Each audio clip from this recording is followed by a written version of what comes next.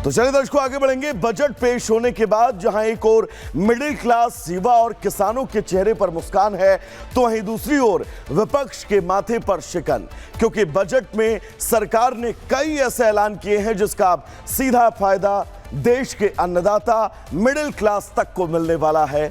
Budget कैसा रहा और लोगों की प्रतिक्रियाएं क्या हैं, रिपोर्ट के जरिए आपको दिखाते हैं।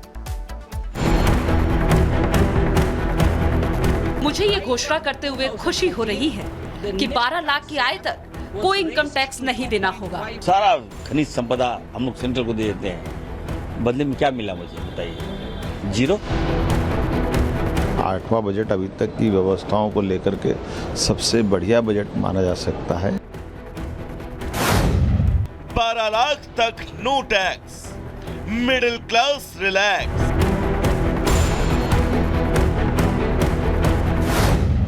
बजट से बिहार में बहार, विपक्ष को गुजरा नागवार।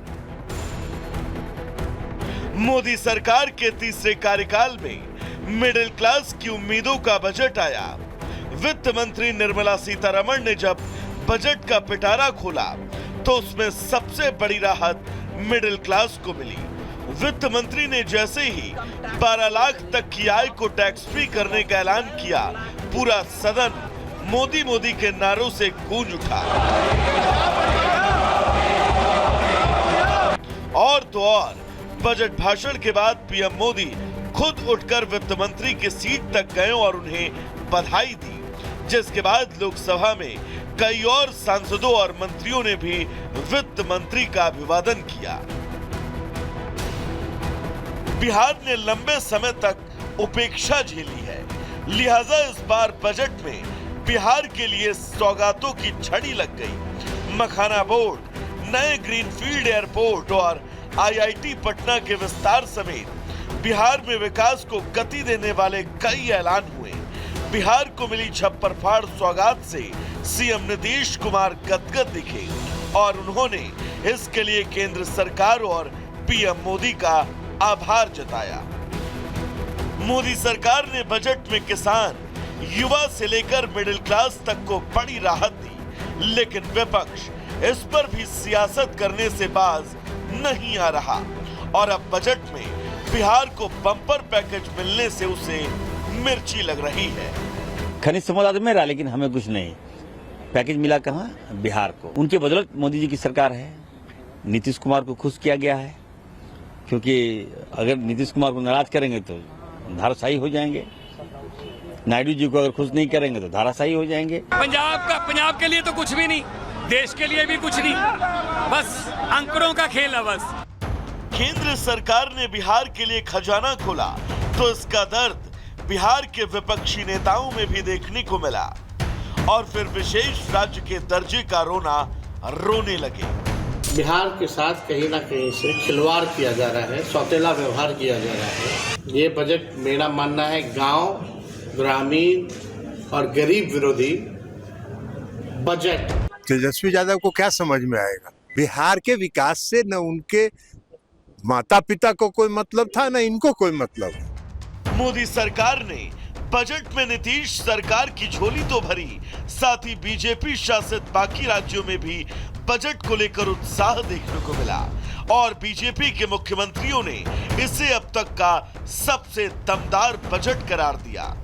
8वां बजट अभी तक की व्यवस्थाओं को लेकर के सबसे बढ़िया बजट माना जा सकता है, जो चारों भावनाओं को लेकर के, जिसमें किसान, गरीब, युवा, महिला सभी वर्गों के लिए पर्याप्त धनराशि दी गई है। आदरणीय प्रधानमंत्री मोदी जी की दूरदर्शिता, विकसित भारत के संकल्प को पूरा करने वाला, मध्यम वर्ग को आगे लाने वाला, किसानों के लिए, गरीबों के लिए, महिलाओं के लिए, अन्नदाताओं के लिए, सबके लिए ये एक ऐसा बजट है जिसमें सबके लिए प्रावधान किया गया है। मिडिल क्लास और बिहार के साथ ही बजट में ज्ञान पर भी खास ध्यान दिया गया। ज्ञान यानी गरीब, युवा, अन्नदाता और नारी। बजट में सभी कैटेगरी के लोगों के लिए खजाने का पिटारा खोल दिया गया। हालांकि इसके बावजूद विपक्ष को ये बजट रास नहीं आ रहा।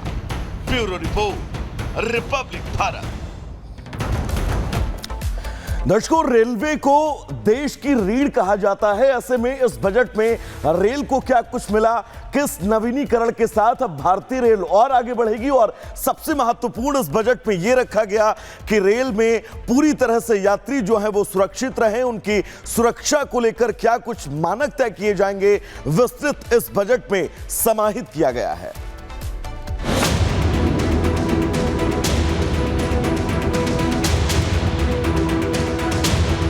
रेलवे को देश की लाइफलाइन कहा जाता है।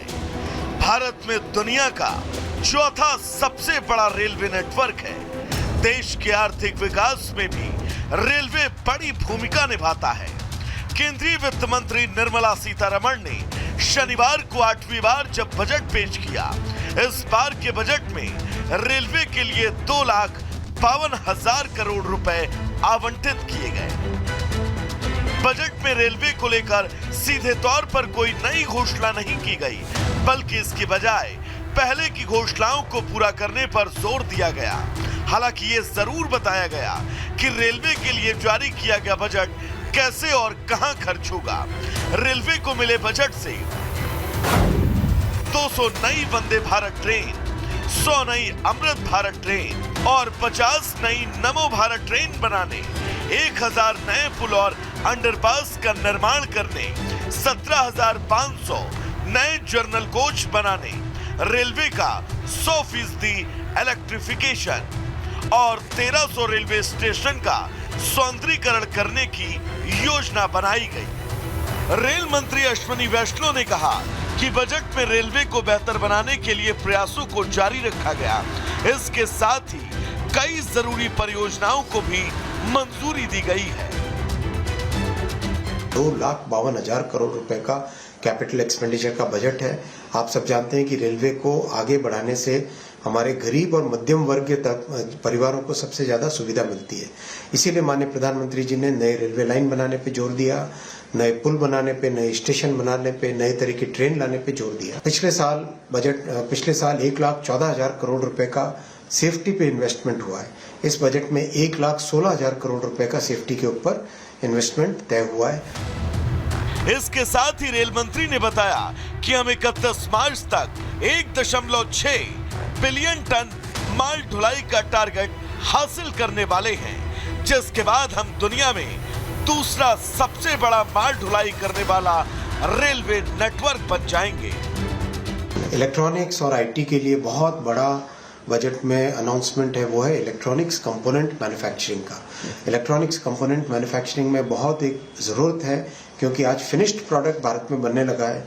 अब फिनिश्ड प्रोडक्ट के नीचे के जो कंपोनेंट्स हैं वो सब भारत में बने, वैसी माननीय प्रधानमंत्री जी की योजना है।